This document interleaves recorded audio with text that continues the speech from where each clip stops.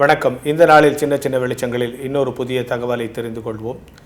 இந்த உலகத்தில் நீண்ட காலமாக இருக்கிற போராட்டங்களில் ஒன்று முதலாளி தொழிலாளர் போராட்டம்.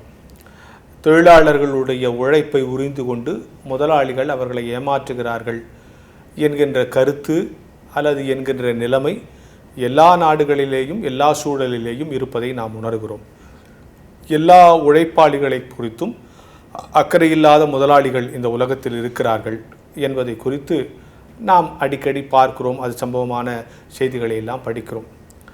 நம்முடைய பயனெல்லாம் போய்விடுகிறது என்கிற எண்ணம் ஏக்கம் தொழிலாளர்களிடத்திலும் இருக்கிறது. ஒரு அருமையான சம்பவம். ஒரு பறவையும் தேனியும் பேசிக்கொண்டதாம். பறவை தேனிக்கிட்ட சொல்லிச்சா, நான் பாரு எவ்வளோ சுதந்திரமாக பறக்கிறேன், எங்கே வேணால் போவேன், என்ன வேணால் சாப்பிடுவேன், எதுவும் பண்ண முடியாது, பறந்துகிட்டு இருக்கேன். ஆனால் உன்னை நினச்சா எனக்கு ரொம்ப பரிதாபமாக இருக்குது. யாரை? தேனியை நினச்சா இந்த பறவைக்கு ரொம்ப பரிதாபமாக இருக்கான். ரொம்ப பரிதாபமாக இருக்குது. நீ எவ்வளோதான் தேனை சேமித்து வச்சாலும் இந்த மனுஷங்க இந்த தேனை திருடிட்டு போயிடுறானுங்க அப்படின்னு சொல்லிச்சான். உடனே அந்த பறவை இப்படி சொன்ன உடனே தேனி சொல்லிச்சான், நீ சொல்கிறது வாஸ்தவம் தான், நீ ரொம்ப சந்தோஷமாக இருக்க. நாங்கள் தேனை சேமித்து வைக்க வைக்க வைக்க இந்த மனுஷங்க திருடிட்டு தான் போயிடுறாங்க, என்ன பண்ணுறது? ஆனால் ஒன்று தெரியுமா உனக்கு, இவங்க நாங்கள் சேமித்து வச்சுருக்கிற தேனைத்தான் திருட முடியுமே தவிர தேனை உற்பத்தி பண்ண என்னால் மட்டும்தான் முடியும்.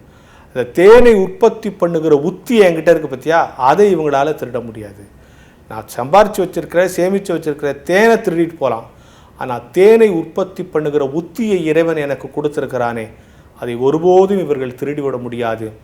அதை திருட முடியாத போது நான் ஒன்றும் கஷ்டப்பட போகிறதில்லைன்னு தேனி பதில் சொல்லித்தான். இந்த சின்ன கான்வர்சேஷனுக்குள்ளே மிகப்பெரிய உண்மை இருக்குது. என்னென்னா, இந்த உலகத்திலே கடவுள் ஒவ்வொருவதற்கும் ஒவ்வொரு விதமான உத்தியை, ஒரு தாளந்தை, ஒரு திறமையை கடவுள் கொடுத்திருக்கிறார். எனவே அது உன்னிடத்தில் இருக்கிறவரை உன்னை சுற்றி எத்தனை பேர் உன்னை ஏமாற்றினாலும் நீ ஏதோ விதத்தில் ஜெயித்து மேலே வந்து கொண்டே இருப்பாய். அந்த உத்தியை யாரும் திருடாமல் பார்த்து கொள்ள வேண்டும். அதை திருடவும் முடியாது.